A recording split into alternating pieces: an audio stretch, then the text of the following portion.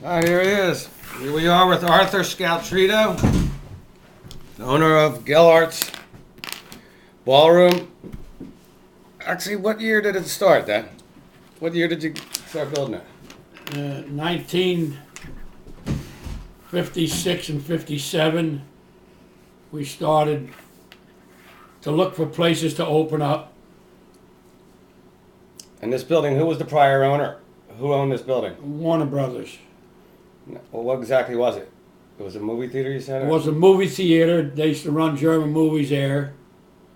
And then it became a warehouse for a lot of the theaters on the East Coast that Warner Brothers was selling and closing up.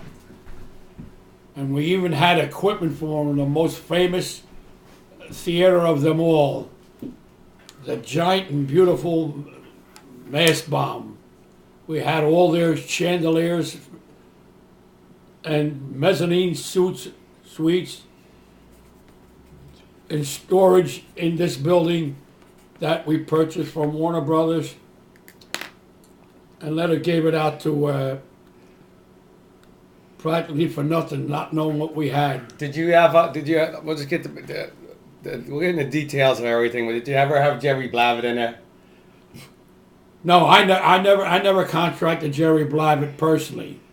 But was he at the building? Did you ever see it? He was at the building. Jerry Blavat came to the building when I left. How old was he back then when you started? He was too young. How old was he? I couldn't tell you. I forget how old. He was 1957, 58? Yeah, 1957, 58. So you had High Lit come in? We were supposed to get a guy to open us up that was well known in the East Coast, Bob Horn. Bob Horn, that's right. So I keep forgetting Bob Horn's name. Now what happened with Bob Horn? And Bob Horn got in trouble with the bandstand kids, and he was sent to prison. He was doing the girls, the little bandstand girls? And we were told that his manager come in, Tony Mammarella, I'm not sure that's the name, and come in and says, I got good news and bad news for you. We can't open you up, blah, blah, blah.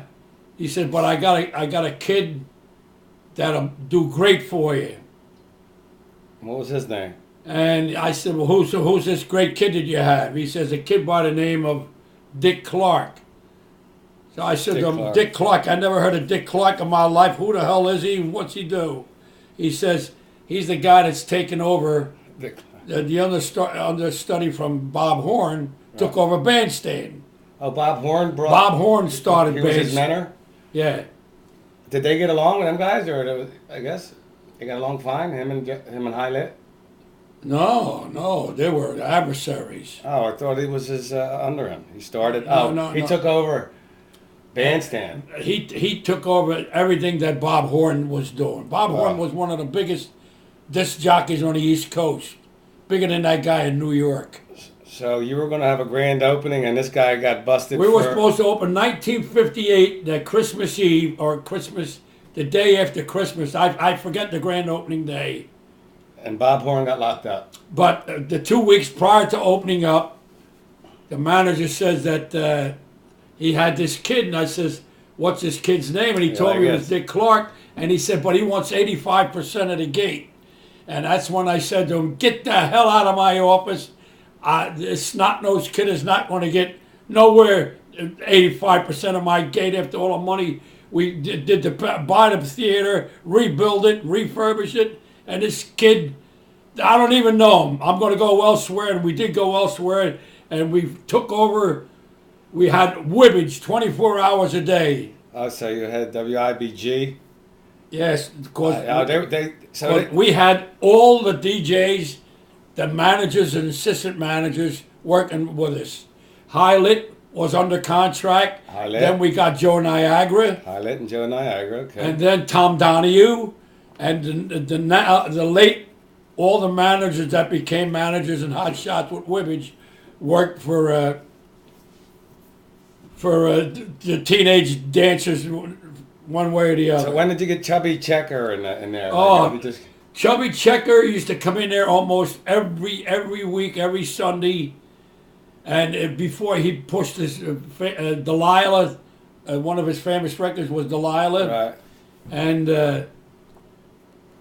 Whoops, sorry. another kid that was there almost every week was his dad. His dad was his manager, Bobby Rydell. Bobby Rydell was his manager? No, Bobby Rydell's father Oh, get out. was Bobby Rydell's manager. Bobby Rydell. All right, so there's another. So Bobby Rydell. Now, And then he through- wasn't famous yet, was he? Did he Yeah, start? yeah, Bobby he was Rydell? pretty good. But through all the DJs, we had some of the biggest pop stars of the day.